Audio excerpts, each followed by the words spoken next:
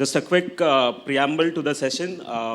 Agrochemicals, as we all know, has played a pivotal role in bolstering the food security of the nation, as well as it has helped immensely the exports from India. It has helped reduce the trade deficit of the country. In the process, we have become the fifth largest producer and the fourth largest exporter of agrochemicals globally. However, when we look at the domestic market, there is a lot of under-penetration that we see in the market, be in terms of the per hectare, per acre consumption, as well as the number of active ingredients registered in the country versus what is available globally. Combine that with some of the macro trends around ESG, sustainability, the changing global geopolitical landscape, as well as how the innovators are thinking as well in terms of where their focus on the value chain is and how is it shifting. All of those things presents, we believe, a plethora of opportunities as well as challenges for the industry.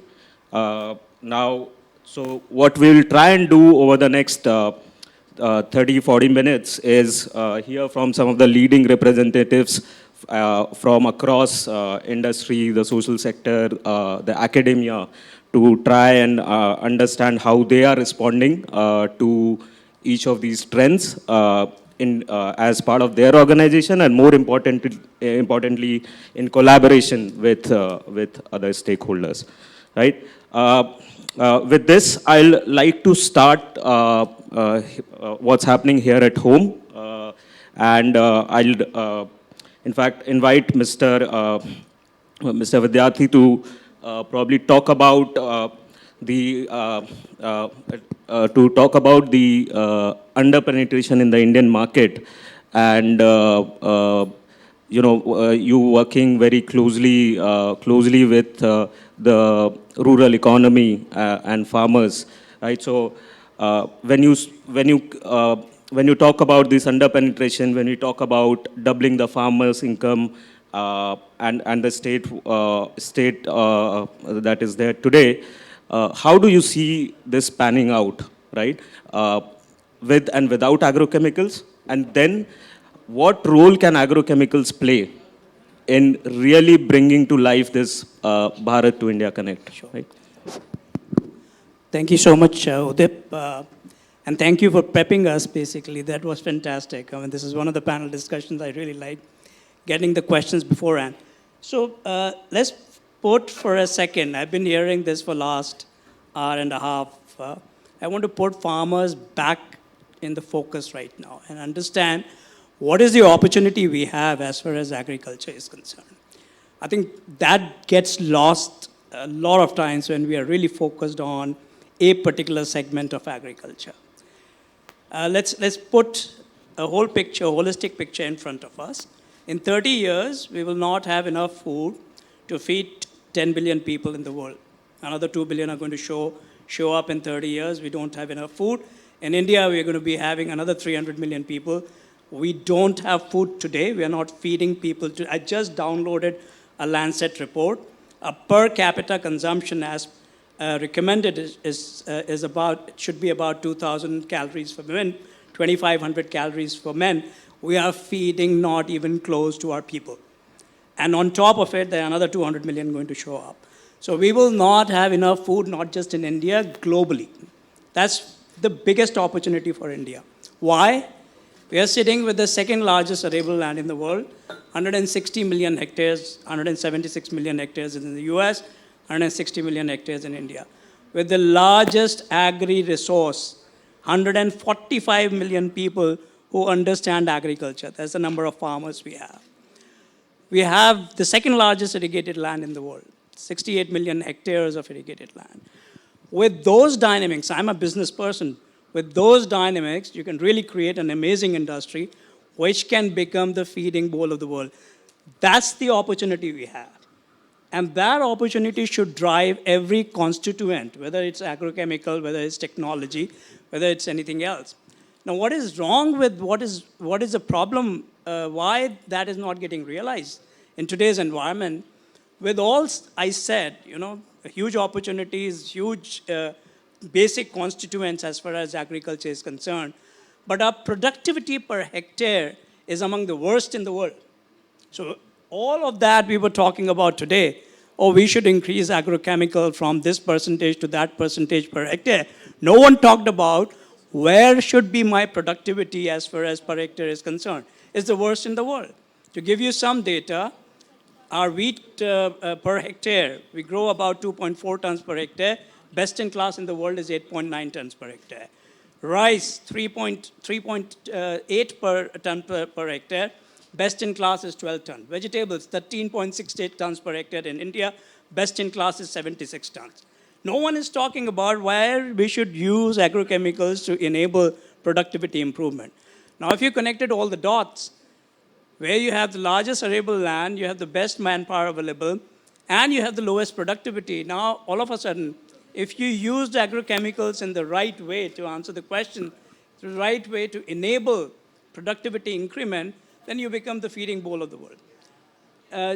What is happening in the agrochemical field across the globe? We talk about new molecules and all. This is the last generation what we are talking about.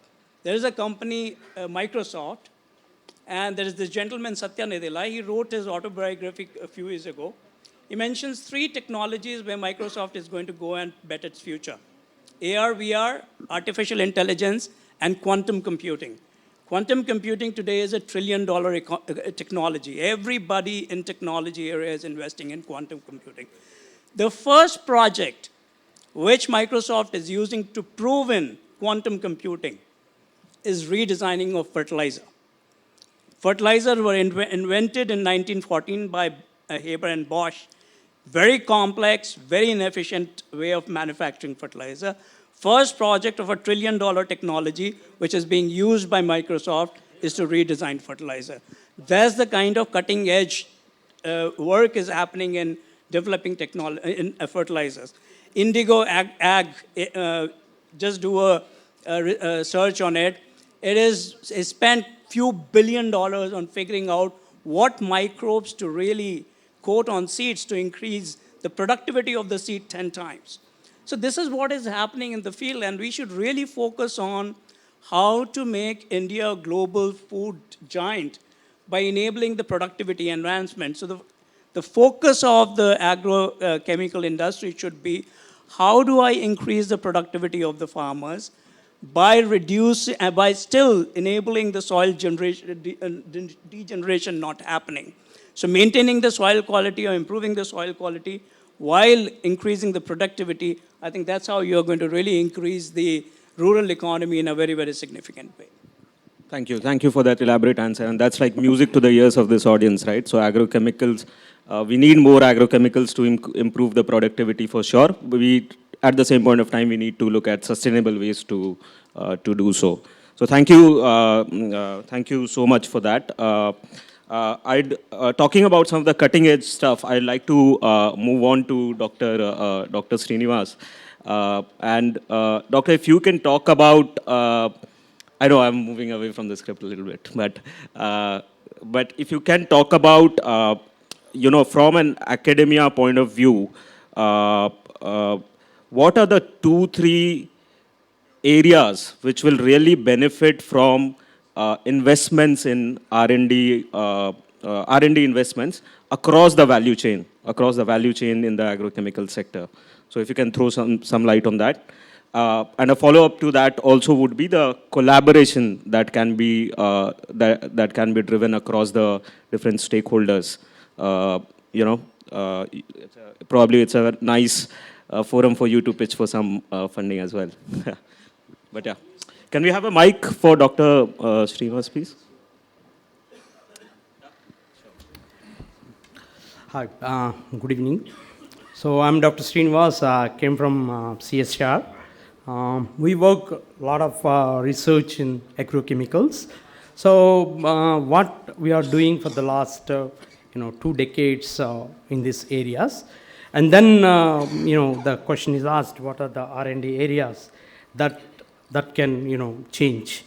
So one thing, now there are several agrochemicals, they are saying that, bad or something, or, all that, and getting banned and all that. So there are many issues in some of the cases, industry is facing in manufacturing, that's like yield improvement or, effluents and or cost. So these are some of the parameters that industry faces. So what we do, in line with the car, working along with the industry, what we do is, what they are manufacturing, how we can do reverse engineering of it. Whether can we reduce the cost or whether can we improve the yield. For example, recently we are working with a couple of India, even the chlorophyriphos, some of the product, both though it is under ban and all, but the drastic yield improvements are happening with the new technologies and new chemistries improving it. So that can be, like relooked, though the pesticides that every farmer would like to use. So, but it can be made in a different formation. And that another one is the product development or process development. Now everyone is talking about the new agrochemicals. New agrochemicals are what? Because some of them are low volume and you can use it. But those technologies are not available. So what we did is that recently we have approached government as well the CSIR, and we planned a mission project that is called CSIR mission, Agro Mission. And we took the molecules in such a way that, there is a next session, Future 2030. So we took the molecules from that. A list of 22 molecules are there. And also the molecules that are most used by the farmers. And what we proposed to the government, that, this is the molecules, or these are the things, they are coming up, they are useful for the farmers, and they are useful for the industry. And then we pitched for a project that's called CSIR Agro Mission Project. And then now what government is asking, see, what are the industries that are coming forward? So we are looking for the industry to have hand on with us and then work in that, so that, those kind of molecules can be put forward. So the project is actually, we pitched it, it's going to start from April 2023. And we want actually the many industry participants to come forward and take the handhold through collaborations. So that is one major thing that's happening in the CSR. We also have a couple of molecules that we already did it. It's a mission 2, and now the mission 1 is also some molecules we have developed. If someone is interested, they can collaborate and work further. So next thing is, in those, particularly generic, we are looking for off-patent generics. And third point I would like to say is, nowadays the polymorphism is something that is coming up. And several industries are coming forward, multinationals are coming forward. Many Indian companies are not coming forward in the collaboration. Polymorphism is a new way of putting the old molecule in a proper active form, low dosage, high activity. So that's the form where you can collaborate into. Then second thing is hybrid formulations. Recently you have seen a lot of botanicals and other stuff are coming forward. Okay, when you have a botanical, it's a slow way of acting it. Then one of the, you might have seen in the various newspapers or somewhere, the Israeli company came forward. The molecule is diphenconazole, and it is put up with the tea tree extract. Enhancement, the dosage of that is dropped by 10 or 15 folds, but the enhancement of activity is doubled or tripled. So where the combination of botanicals versus the chemical, reducing the dosage, you are reducing the toxicity. At the same time, you are working on a new way. So when you are doing formulation, consider botanical as a formulating agent. So that could be a way of approaching it. The second and third point. So far, whatever the molecules we are using is all multinational or developed outside. So where is the molecule that indigenous? So in the part of a mission, we have come out with the research, and we want actually a couple of industries to work with us in testing those molecules and working on it. So we would seek collaboration from the industry side too. And you are putting a lot of money in some way or other places. Come with a small amount and collaborate with us. So that's the message we would like to give. Now, coming into we are also pitching into like closely would like to work with the CIB in impurity profiling. We are, because ours is a chemistry-based institute, so we do make a lot of impurities. We do synthesize and test their efficacy and all that. So we also work on affiliate or CI for the registration useful, 5-batch data, impurity profiling and all that, where the industry is useful to us and work together. So these are the areas. And the third one, now the drone technology has come. When the drone technology is coming, the nano formulation, nanopesticides. So these are the areas one can collaborate. So highly concentrated material. So you cannot lift like 20 to 30. Instead, you have 5 liters and have a huge hectare generation, nanotechnology. So use those kind of technologies and collaborate and work together. So this is, I just want to mention in this forum. Thank you for giving this opportunity. Thank you. Thank you, Dr. Srinivas. Yep. So Dr. Srinivas clearly articulated many areas where academia and industry both can benefit from taking a more collaborative approach, and hope that we keep that in mind going forward. Now, another. Let's talk about another buzzword these days, right? So ESG and sustainability across the world, but also in the agrochemicals value chain. So my next question would be to Mr. Shivaji Singh, and the question is, Mr. Shivaji, how does one think about embedding sustainability and environment friendliness across the agrochemicals value chain, right from sourcing of the raw materials to production, the distribution, supply chain, and finally the application as well, right? And since you are coming from JU Agri, would also like you to talk about what role can biologicals play in this regard. Yeah. Sure. So thank you, Urdeep. First of all, I would like to induct my company to the fraternity and about me as well. So, as Praveen mentioned, that we are less known, maybe in the social media, but we are part of a very large group, the Jawar Group, which is a legacy of 100 plus years. And if you talk about the chemical exposure, so we have 3 large names, big names rather. We have Tagros under our umbrella. So Tagros is like obviously the players in the chemical segment, they know about Tagros. We are one of the large technical manufacturer. And then we have Tropical, our sister concern, which is again very old in the industry and they are very huge. And JU has come in light for last 8 to 10 years. So if I put JU and Tropical together, we are in top 5 agrochemical formulator and sort of a trader. And when I talk about me, I am basically from HR domain with interest in marketing and manufacturing. So in my career, I have taken over some of the manufacturing projects. So I have a bit of understanding of the manufacturing processes as well as marketing project, which has direct answer to your question, by the way, Urdeep. So whatever little I know, I'll try to answer his question. So your question have element of environment and sustainability predominantly. I see answer lies in sort of educating the farmer. Basically, what happened? This is one of the very important element I see, which most of the corporate forget. We do make a lot of strategy and planning, right? But we do forget the most important person in the entire sort of chain. So the first thing I'll say that okay, for environment today we are sort of manufacturing products in 4 category, which most of you should be knowing that red triangle, which are very toxic. Then we do also manufacture yellow and blue and green. There are 4 different category we produce.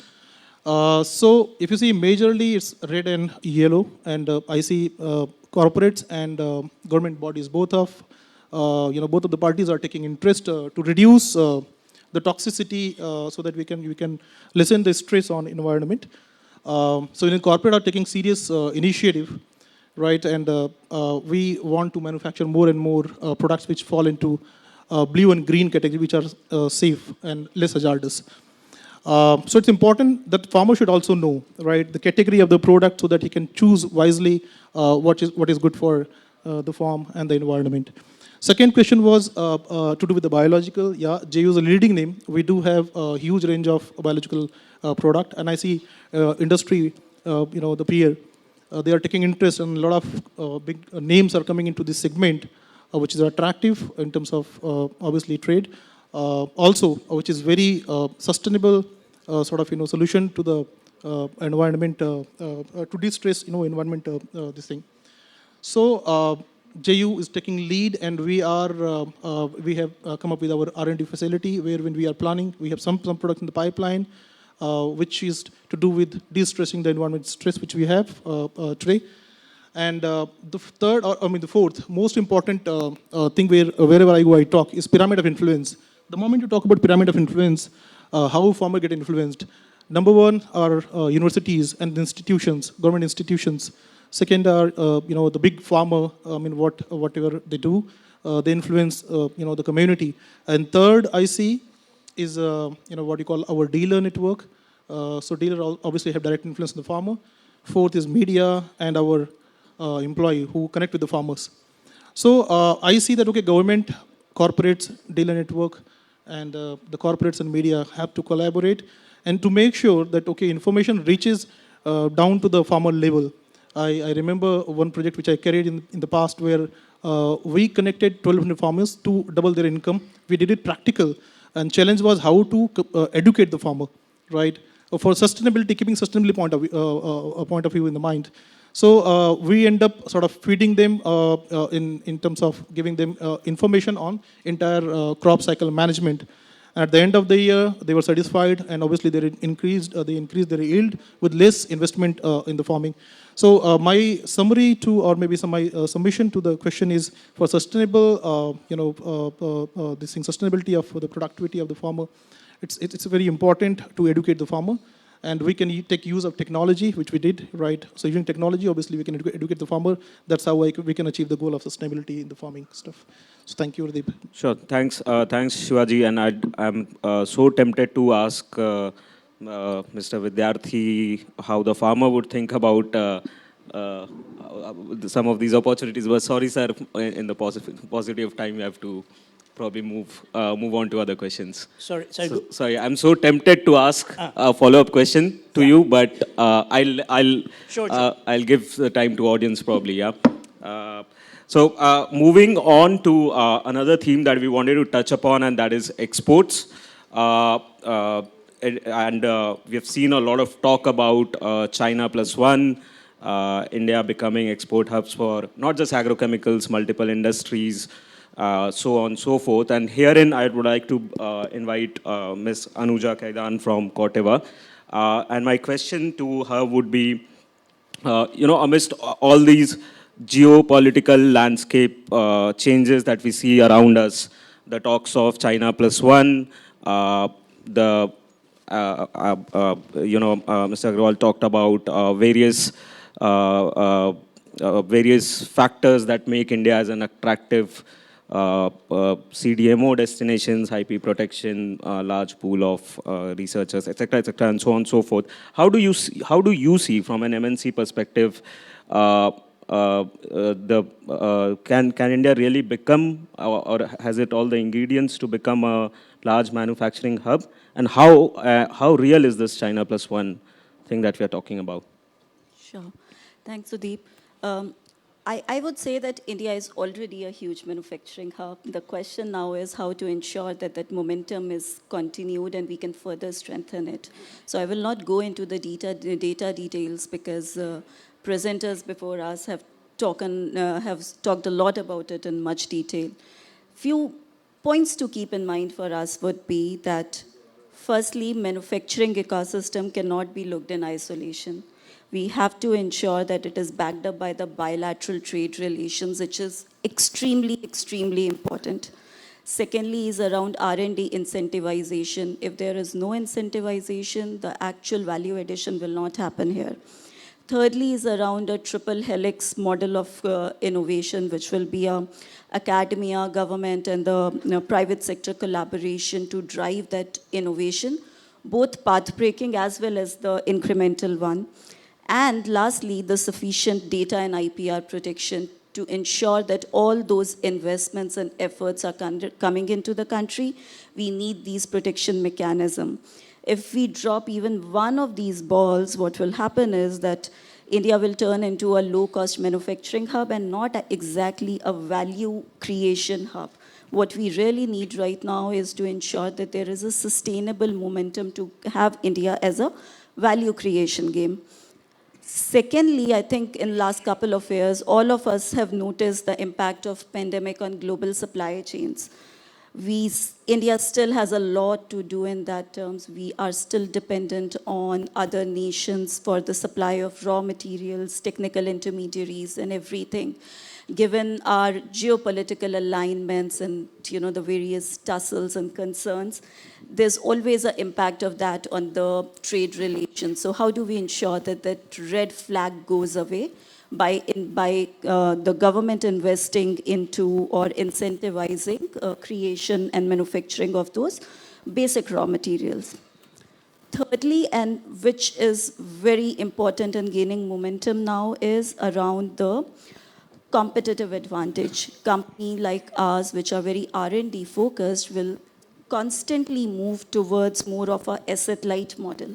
What that means is that we will be focusing a lot on R&D capacity building, which is my competitive advantage, versus a manufacturing model. So traditionally, what we call a contract manufacturer will eventually become my tier 1 or 2 supplier.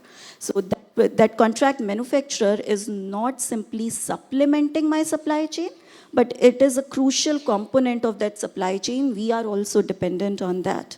So for that to happen, we need the IPR frameworks, we need the enforcement mechanisms, and we also need to take, and when I say we as a country, we need to ensure that what is our focus area? Are we looking at a generic molecule manufacturing, or are we looking at the specialty products? For the latter, we need all those mechanisms. And lastly, and it's not related to manufacturing or an export hub, but a very critical component will be market access.